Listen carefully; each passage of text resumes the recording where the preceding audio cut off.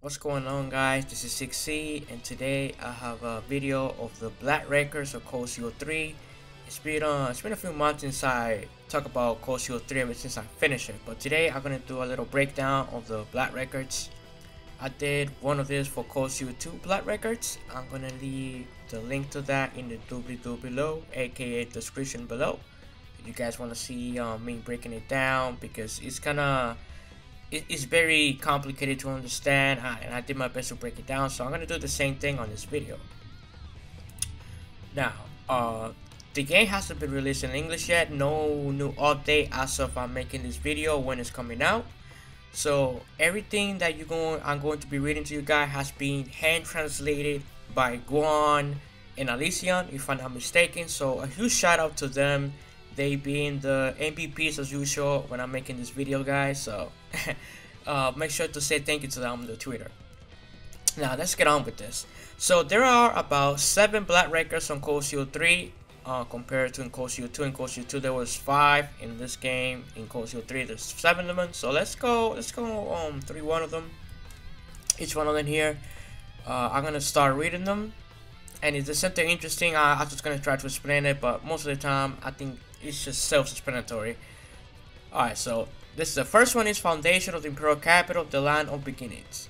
Haindar, built by the Arnold Mediator to serve as the home of Renaissance in the land of Erebos, become known as the Imperial Capital several years after the calamity.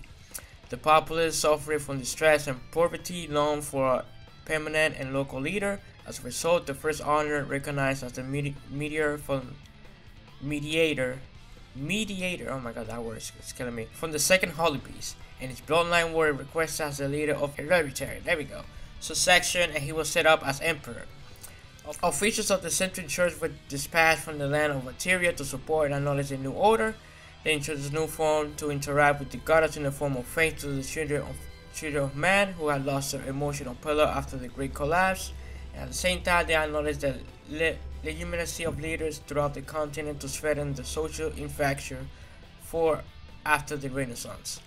And thus, in the year 81 of the Central calendar, under the reign of the third emperor Sion Honor, a cathedral was built in Haindar, after which people started to call the city the imperial capital. The cathedral served as the home of faith and the ceremonial site that acknowledged the legitimacy of the imperial family, or that is important tangible purpose. That is a primal ground. A reproduction of the original in Materia is saw as an underground facility referred to as artificial singularity to fulfill a certain purpose. Of course, this is the primary ground. Of course, this is the basement of the church where they have all the objects basically from the old world, thus making the end of the period of the services. Immediately following the Great Collapse, the children of man who lost their former civilization are protected the cradle of faith and headed into the Dark Ages in their search for light. But 200 years later, the darkness of Erebonian land changed into something riddled with darkness and despair. The artificial singularity vanished alongside one holy beast, and that dark dragon sealed off in harness with his miasma from that day onward. So of course, in the end here it says, the singularity of the one. This is of course in the end of Cold Steel 3 that the Holy Beast was banished with the Dark Dragon. This is of course reference at the end of the game, and this is pretty much explain how the Central Church was becoming, I guess, popular throughout the whole game in Semorian. Basically, they have this whole system where people, in order to interact with the goddess, they need to have faith. People have faith on the goddess, basically. So that's what's pretty much going on here. So this is just the beginning of how the church, I guess, rising to power, I guess you can say. So let's move on to the next one.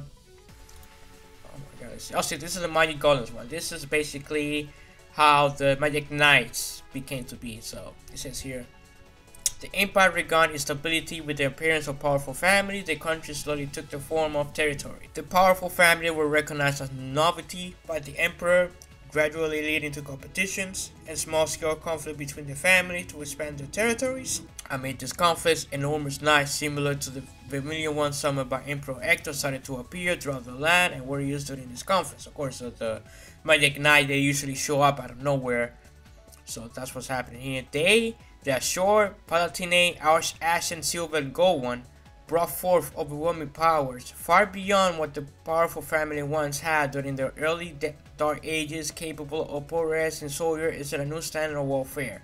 This sentence is really good right here. He mentions the Gold Divine Knight. Actually, I don't want to reveal any spoilers about Gold Seal 4, so let me just keep it right there for that. But the enormous Knight were like a natural disaster, with the influential family were no longer satisfied with money and power, meaning that a kind of measure was required. That is when they appeared, the mighty golem known as Magic Knight, produced in great quantity by the mages of that time. Also, there you go. Like peers in other regions, the mages solved the glory and miracles of the Colosseum era in Erebonia during the Dark Ages, and had profound obsession with realizing its revival. Influential family in Besomira, with the support of the Central Power, they have enormous Magic Knight constructed to complete with enormous knights. A great number of Magic Knights, however, were actually faulty and had a crucial defect that they would only move as long as the spirit veins were active. But generally speaking, when the enormous Knight appeared, the spirit vein will be disturbed and activated, meaning that the intended countermeasure was to some extent in place. In S527, the first golem that can be considered the prototype for the Magic Knight was created in the workshop of the mages to serve a now extinct influential family of the north. Its name was Olgaida. At the height of Fire Arch, the headless armored golem was a touch smarter than the Magic Knight that followed it, making it possible to see traces of magic trial and error. So basically, the golems that they created could only operate it. Where is it right here? It could be only operated within the spirit veins. So there it is. Yeah, they could only be operated within the spirit veins. So they only have like a little extent of, I guess you can say, range to use them. So there you go. This is basically the creation of the magic golems, created by, of course, the gnomes. So there you go. Now, the third one is the Lance Maiden prequel, so how the Lance Maiden came to be. So this one is good. In the corner of a gloomy underground place, two figures are lit by the flickering flames of a bonfire. Indeed, I feel an overwhelming presence. The leader was a young maiden with an elegant body. The wind blowing through the underground place swept through her hair, beautiful with melted gold, and she carried a spear, unfaithful one with just slender arms. Ooh, want to call it quits after all? But even so, will you stop it? That would be best. This power is far too great for mankind. She answered to the person speaking in antiquate tongue, which belonged to a young woman with dull blonde hair and vermilion eyes, dressed in a toga that brought her sensual body and held a wand upon which a flame flickered. This, of course, is Roselia. Roselia is, of course, the grandmother of Emilia. Emilia? I think her name is. Man, I don't know why I keep forgetting character's name, but yeah, she's Roselia, basically the blonde girl, short, vampire.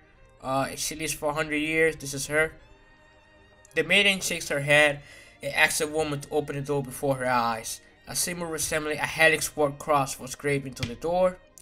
The name of the maiden was Lancelot, of course, later known as the Lance Maiden. She was the daughter of the count who governed the Lohengrin castle in Legrand.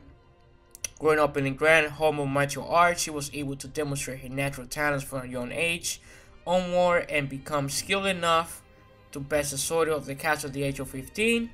Her abilities with a lance in particular were considered divine, outdoing 9 across the domain in radiant victories. In admiration of the natural talent of a princess, the soldiers should protect, dedicating themselves to overwhelming support and worshipping of the girl.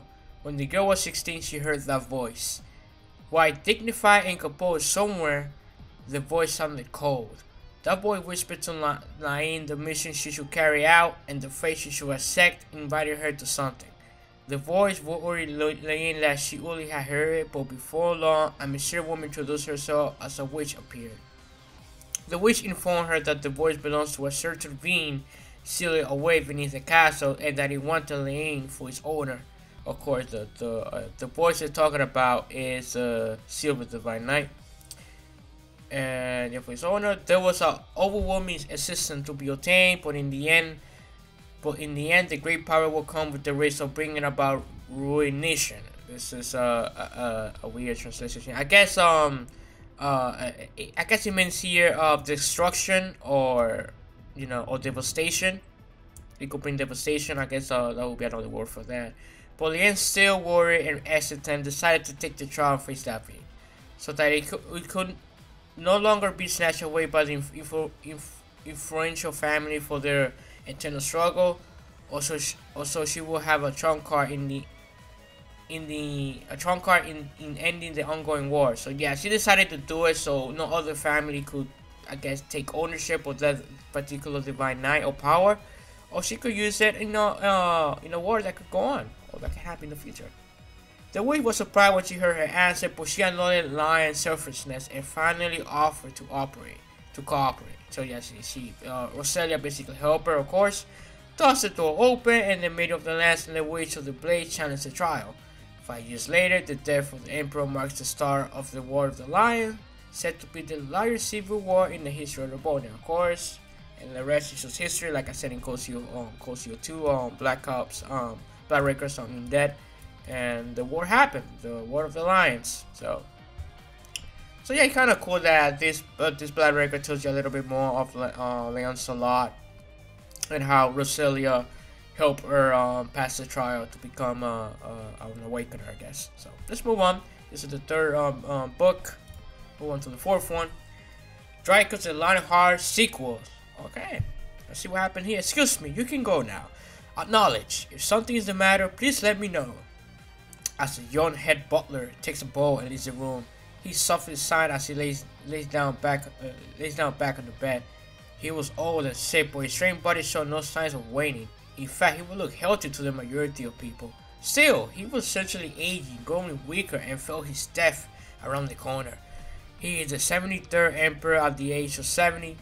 The Dreichels, the Lionheart race honor. Of course, this is Dreichels after, I guess, the victory of the War of the Lion. Ever since he ended the five-year War of the Lion over 40 years ago, he had been running without a single break then. So he ended the war 40 years ago. So this is like in the future, 40 years later after the war.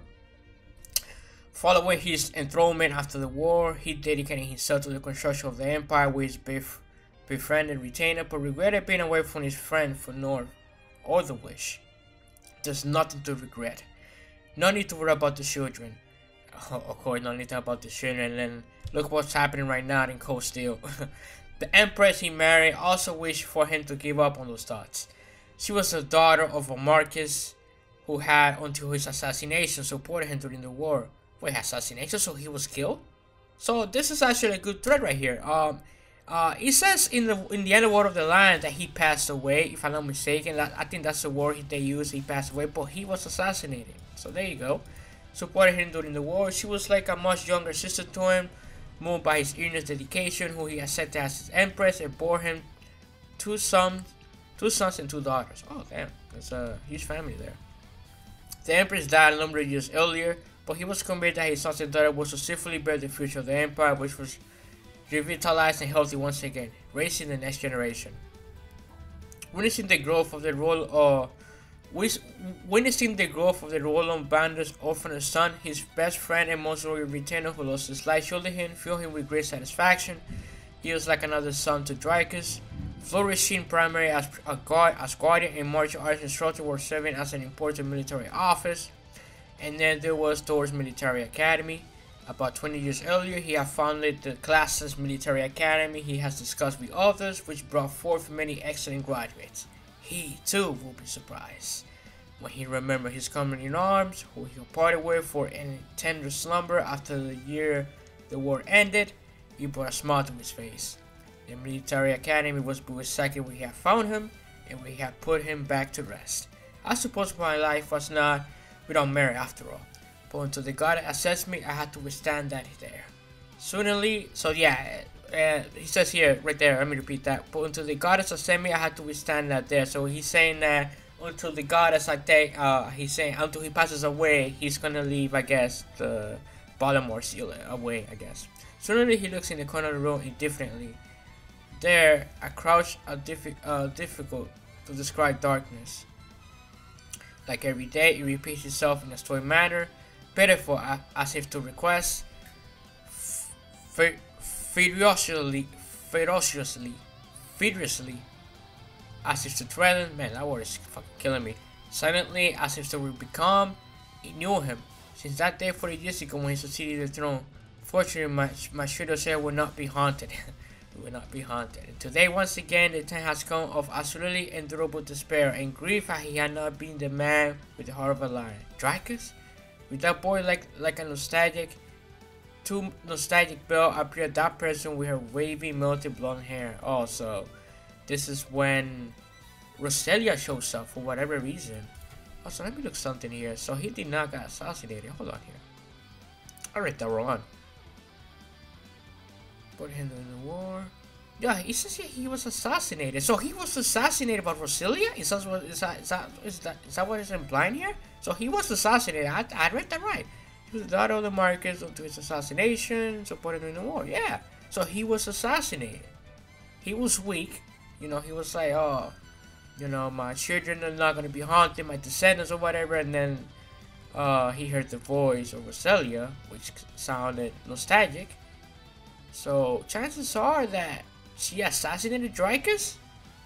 I don't know. This is, I guess, open to interpretation of what happened here. Like I said, this Black Records, they're like, it comes with a lot of riddles, and like, it doesn't like tell you exactly what happened, but that's what I'm understanding from this lecture here, that he got assassinated by Roselia. But we will see.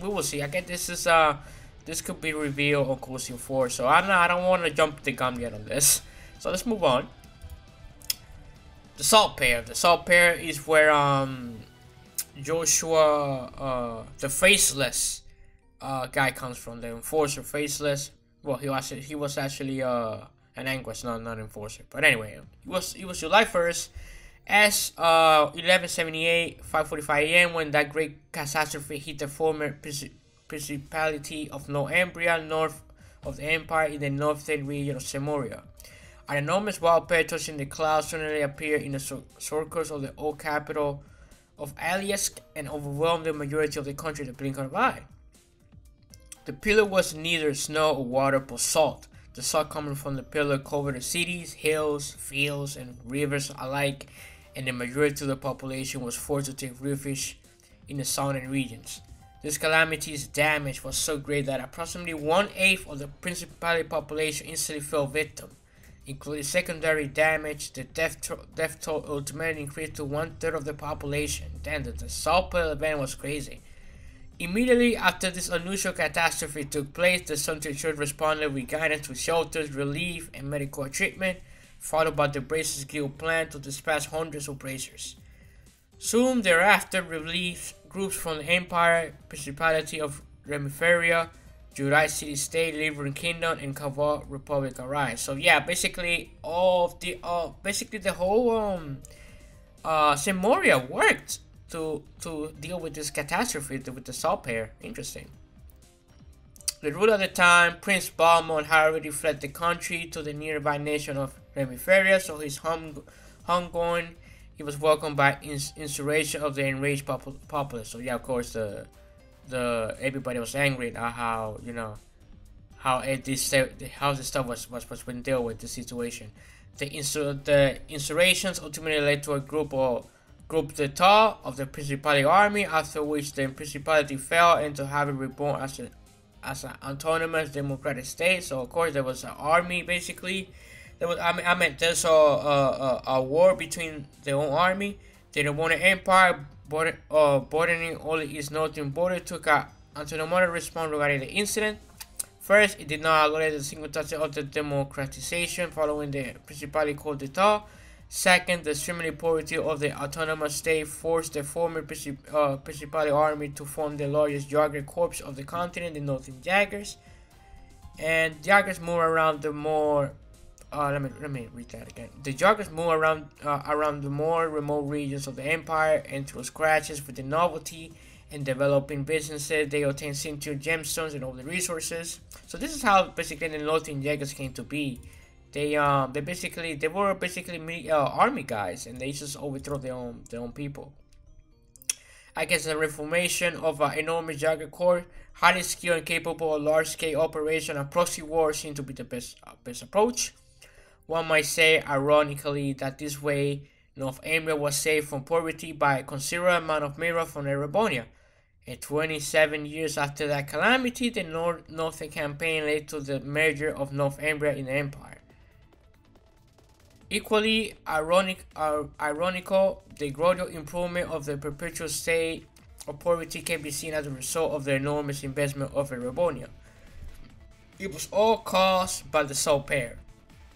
Immediately after a normal event, the Centurion was quick to cover up the whole pay as a first-class singularity on which the Imperial Army Intelligence Division launched a follow-up investigation. According to the Central Organization, the Intelligence Division collaborated with the residue of the particular altered salt pair was brought back to Short's home in Ontario by the Dominion, although it has yet to be determined whether it still really remains there. So basically, this is how they got the salt pail as a weapon. You guys remember the ending of Shows in the Sky, second chapter, how Kevin killed the Faceless and the Anglish Faceless. I cannot recall his name, but the Faceless. He used basically the salt pail to turn him into a salt and basically killing him like that. So yeah, they brought the weapon basically to the Ontario, which is basically the biggest. That's what the First Dominion is. Ain. That's basically the heart of the Central Church. So there you go.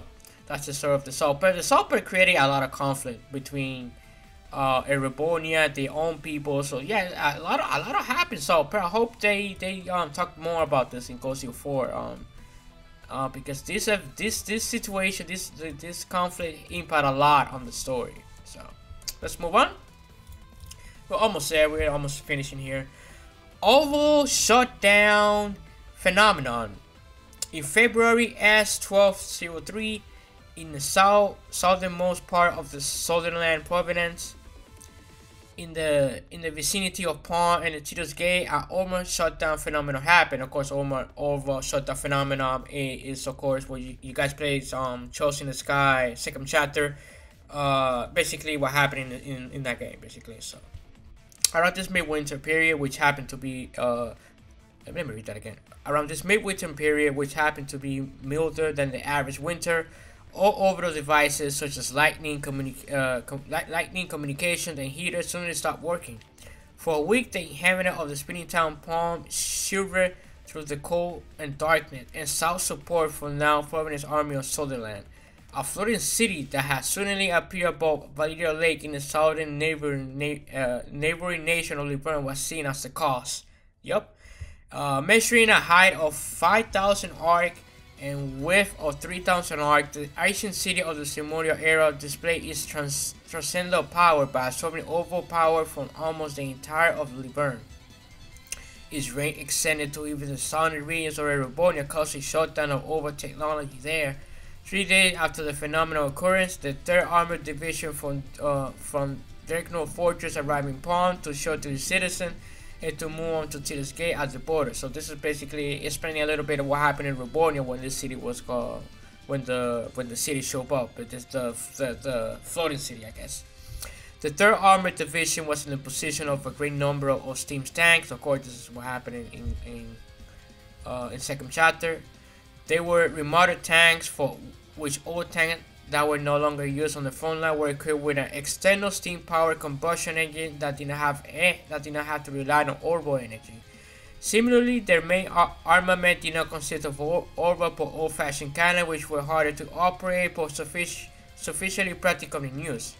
The 3rd Armored Division was commanded by Lieutenant General Sark Vander, one of the Imperial family loyal guardians, and a resourceful commander known for his neutral moderation when the Imperial Army felt a strong sense of discomfort while marching south. So yeah, he knew that something weird was going on since they came up with these team tanks way too fast.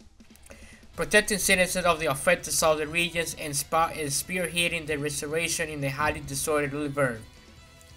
That was a command given to him by the imperial government, which could be interpreted as an invasion. Of course, 1 month earlier, the government was forcing the use of remote weaponry such as the steam cannon, vastly inferior to the current tank. So 1 month earlier, before this happened, before the floating sky appeared, the government was already making the steam tanks and basically getting ready. So that goes to show that Osborn knew that was going to happen, that the overshow that was going to happen, so he was planning everything. That's goes to show how dangerous Osborn is in the whole Kiseki game. And let's keep going here. And telling the 3rd Armored Division as they headed toward the border of Laverne, where all the armored divisions that had deployed the same steam power tanks. In the end, the invasion of the Imperial Army was temporarily deferred by the clever strategies of Prince Oliver, son of Emperor Agent, and the commander of the Laverne Army, Brigadier General Cautious Bright. So yeah, you guys saw the ending, Cosio, the ending for what happened in second chapter, Trust in the Sky. Prince Oliver and Cassius Bright was basically able to stop the whole invasion thing.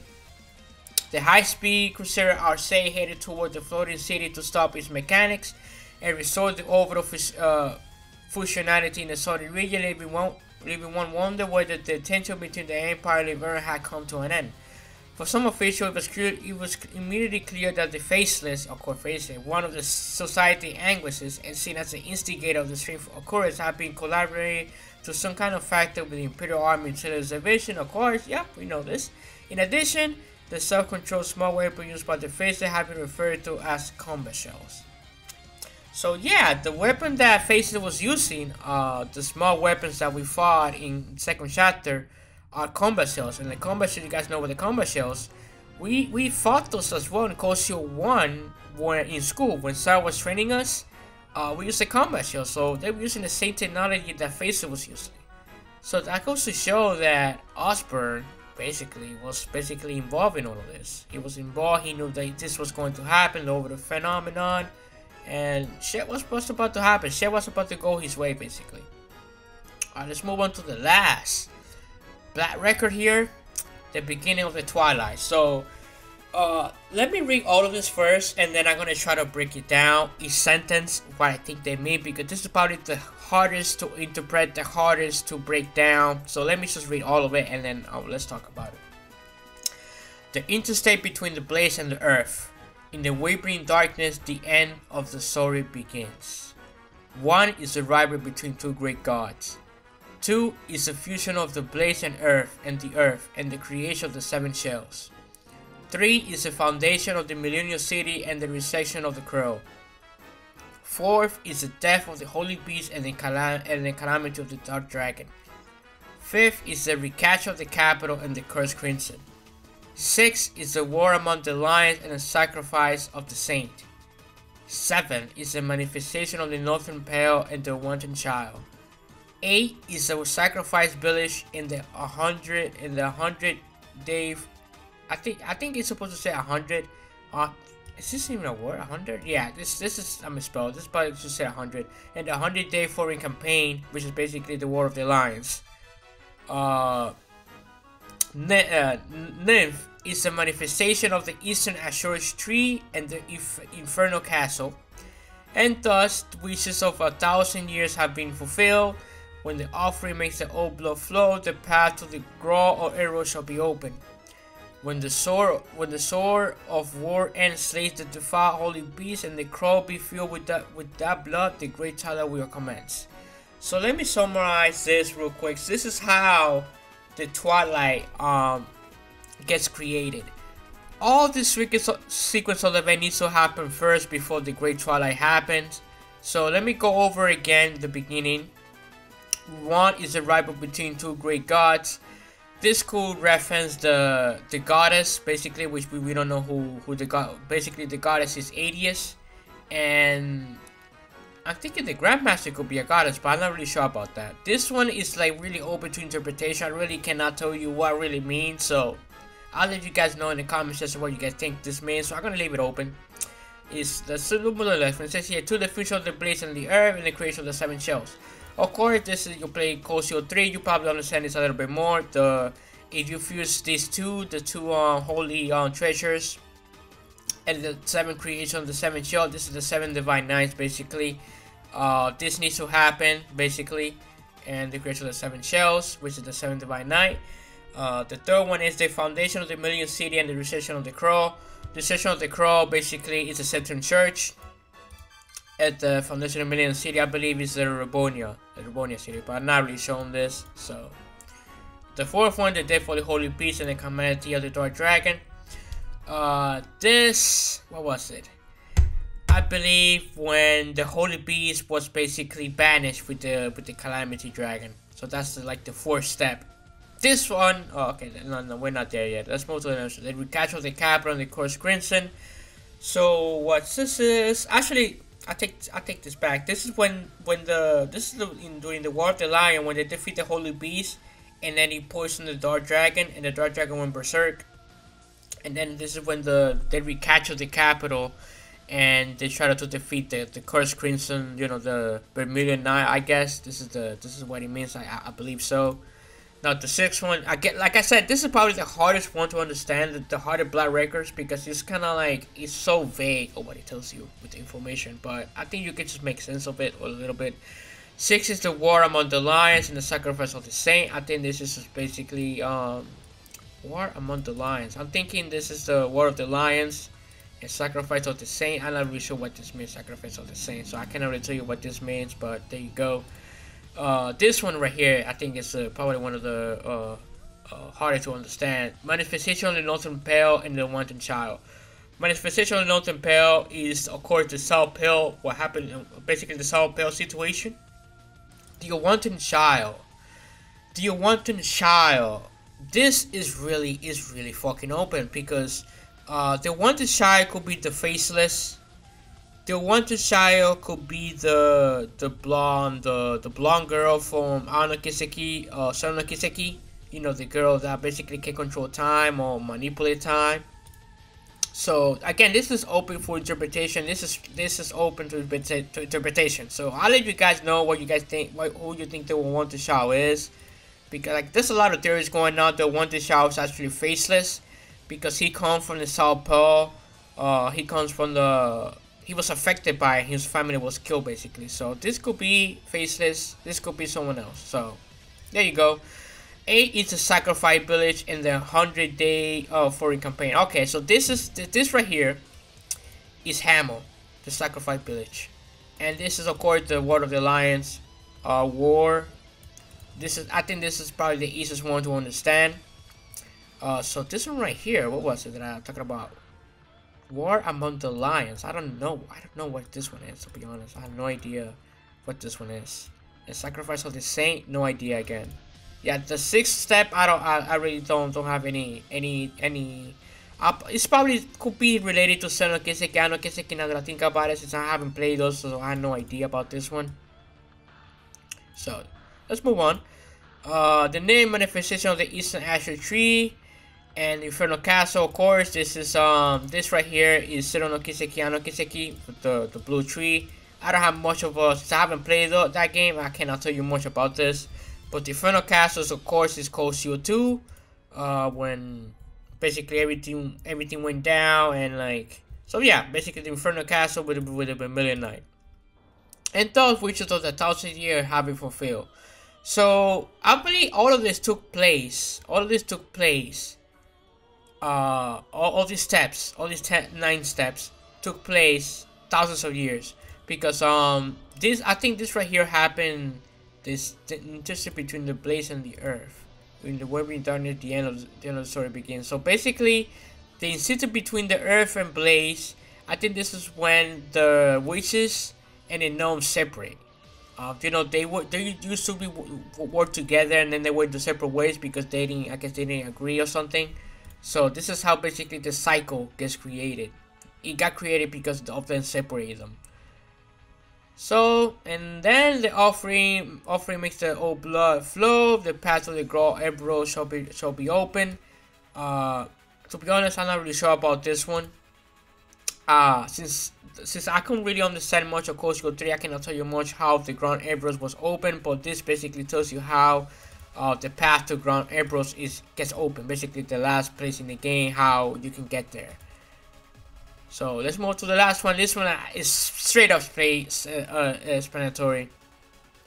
When the sword of the war and slays the defile holy beast and then grow, be filled with that blood, the great Twilight will commence. Of course, the sword that when Million got killed, she transformed into a sword. When that sword, that's the only sword that apparently can destroy the holy beast. And once you do, and it's filled with that blood, that's what the great Twilight will activate. Basically, will commence. So this is basically how the Twilight gets created as a whole. It's like a whole cycle with a huge number of steps. It takes apparently years, thousands of years for this to happen. So yeah, this is basically how everything sets on the game. In Cosio 4, there could be more. There could be a new set of Black Record that probably expands a little bit more on this, because I think if you play all the Kiseki games, you can probably decipher all these steps, specifically what it means. There's a couple that I myself cannot understand or decipher, like the Wanted Child, the Sacrifice of the Saint. There's a couple of them that I don't understand. So there you go, guys. This is basically the best in-depth breakdown that I can do for you guys, because like I said, a lot of the stuff is vague. Most of the stuff is explanatory. Let me show you here. Basically, the hardest one to break down is the last Black Record. But there you go, guys. If you guys enjoyed the video, give it a like. I do let me talk about Cosio 4 news real quick. The new magazine did drop on the 11th of January, but no news was released, so that's why I never really did any videos of it. There is new news coming out though in the next few days. I want to say by next week I will have a Cosio news video. A news video is about to be dropped, so I'm just waiting on that just to get released. It will come to your soapboxes, so make sure you hit that notification bell. It'll be coming next week. And yeah, guys, the comments are fantastic. Thank you so much for watching. The link for this for the Black Records, so you guys can read it yourself, is in the doobly-doo below. And see you guys in the next video. Gotcha.